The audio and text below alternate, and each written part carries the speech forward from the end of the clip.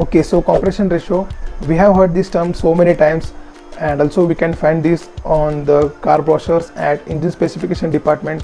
So what does actually the compression ratio means? So when a piston travels from bottom dead center to the top dead center, the amount of air it compresses and make a single unit of air is its compression ratio.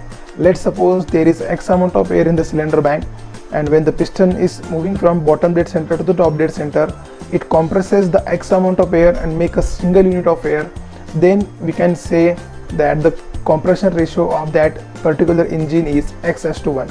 The diesel engines are also known as compression ignition engines because they don't use spark plug for the combustion.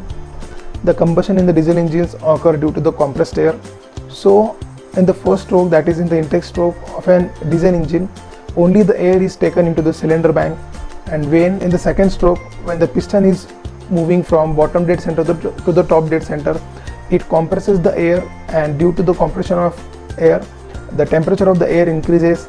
And in the third stroke, that is in the expansion stroke, the diesel injectors inject the diesel into the cylinder bank and the expansion occurs, and the piston moves from top dead center to the bottom dead center with large force. While this happens, the exhaust valve opens, and when the piston moves from bottom dead center to the top dead center, it pushes exhaust gases out from the cylinder bank and the valve closes. This is how basically a 4-stroke diesel engine or compression ignition engine works. So the major difference between the petrol and the diesel engine is the petrol engine, that is the spark ignition or SI engine, uses spark plug for the combustion. Diesel engine uses compressed air for the combustion. And the second difference is in the intake stroke. In the petrol engine, the mixture of air and fuel is taken into the cylinder, and in the first stroke of diesel engine, only the air is taken into the cylinder bank. The engine with forced air induction like the turbocharged engine and supercharged engine have lesser compression ratio than the naturally aspirated engine because they feed compressed air into the engine, so there is no need of compressing the air again. And the naturally aspirated engine, as the air is taken into the cylinder naturally, so there is a need of compression. That's why the naturally aspirated engines have more compression ratio than the turbocharged or supercharged engines. So why does the diesel engines have higher compression ratio than the petrol engines?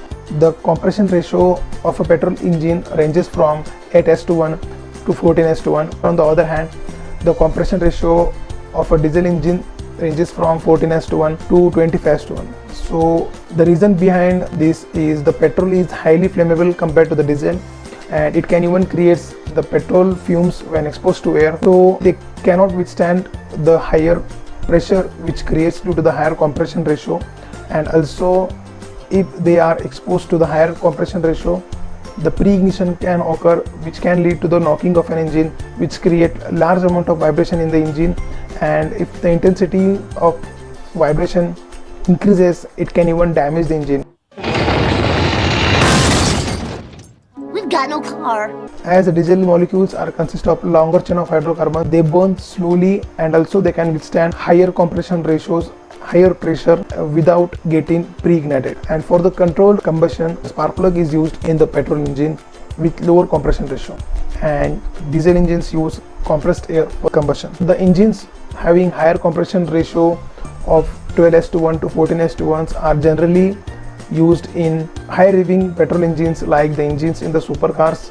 For example, the Ferrari 458 has the compression ratio of 14:1 because they are built with high precision and modern technology with ignition and knocking sensor continuously monitoring the combustion process in the engine, and they can even alter the ignition timing if pre-ignition occurs. And the pre-ignition in the high revving engines or in the engines with higher compression ratio mainly occurs due to the low octane fuel.